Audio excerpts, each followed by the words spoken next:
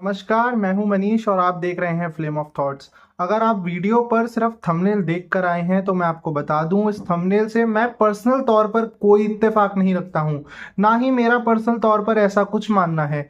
पर बहुत सारे लोग इंस्टाग्राम पर, यूट्यूब पर, अलग अलग प्लेटफॉर्म्स पर, सोशल मीडिया पर ये ट्रेंड चला रहे हैं कि लॉरेंस बिश्नोई जो है वो भगत सिंह है। पर मैं आपको बता दूं कि भगत सिंह सिर्फ एक थे। भगत सिंह जैसा ना कोई आया है ना कभी आ सकेगा। देश के प्रति वफादारी थी उनकी, जो देश के प्रति देश प्रेम था वो किसी और में हो ही नहीं सकता, मुझे ऐसा लगता है।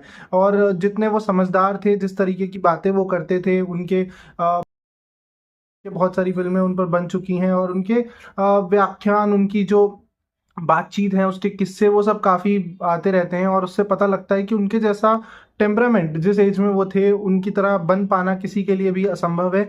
और भगत सिंह जैसा कभी कोई नहीं हो सकता। अब आते हैं बातचीत पर जिसके लिए हमने ये वीडियो बनाया है, लॉरेंस बिश्नोई पर आते हैं। लॉरेंस बिश्नोई बेसिकली एक गैंगस्टर हैं, अभी वो जेल में हैं।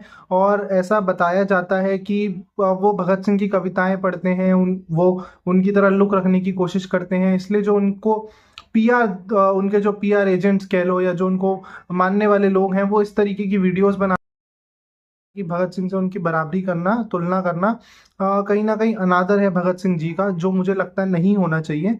और दोनों के बीच में कोई, मुझे लगता है कि कोई भी तरीके का कंपैरिजन बैठाना कहीं ना कहीं भगत सिंह जी के लिए अपमानजनक है, मेरा ऐसा मानना है पर्सनल तौर पर।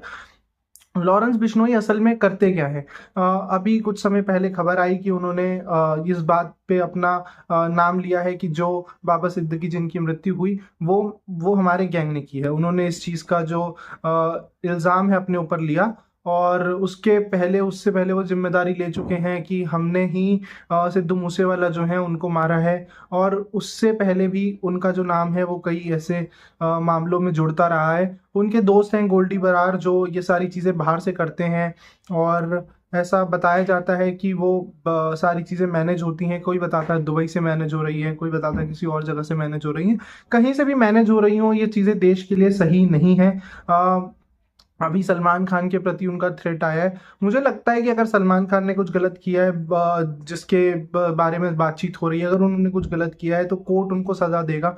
कोई व्यक्ति उनको सजा दे, ये किसी भी तरीके से स्वीकार्य नहीं है, मुझे ऐसा लगता है। क्योंकि देश में लोकतंत्र है, जुडिशरी है, जिनका ये काम है चीज़ों को सही तरीके से चलने देना।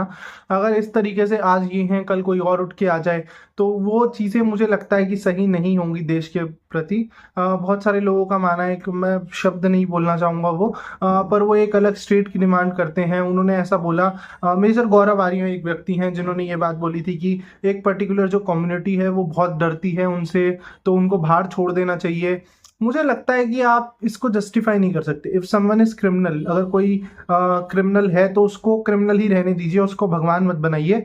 और देश में सरकार ये सब करने के लिए है, जुडिशरी है, बाकी सब चीज़ें हैं, वो लोकतंत्र को और हमारे देश को चलाने में मदद करती हैं। किस तरीके से हम एक गैंगस्टर को इतना सपोर्ट करें कि नहीं, हम उसको एक देशभक्त से जोड़ दें और इतने बड़े देशभक्त से जोड़ दें, मुझे लगता है ये सही नहीं है।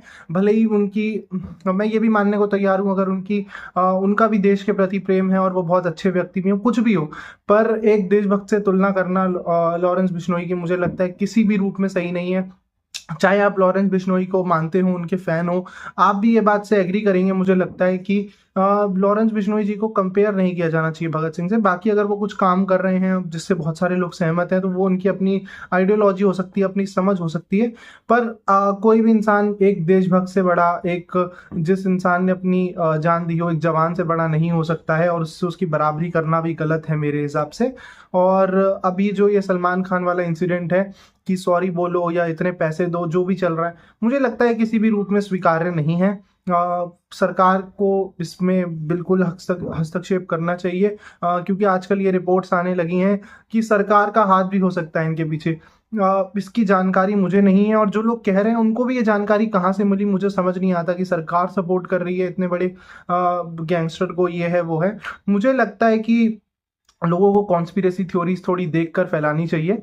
अच्छा इंसान बुरे इंसान की डेफिनेशन हम तय करने वाले कोई नहीं होते हैं। कौन सही है कौन गलत है इसकी डेफिनेशन भी हम नहीं बता सकते हैं।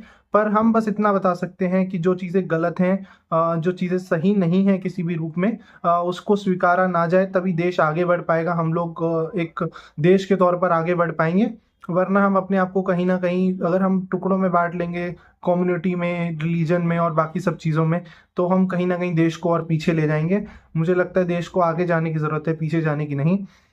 लॉरेंस बिश्नोई पर आपका क्या मानना है, या फिर लॉरेंस बिश्नोई की जो तुलना की जाती है भगत सिंह जी से, उस पर आपका क्या मानना है? कमेंट सेक्शन में ज़रूर बताएं। मिलेंगे आपसे अगले वीडियो में।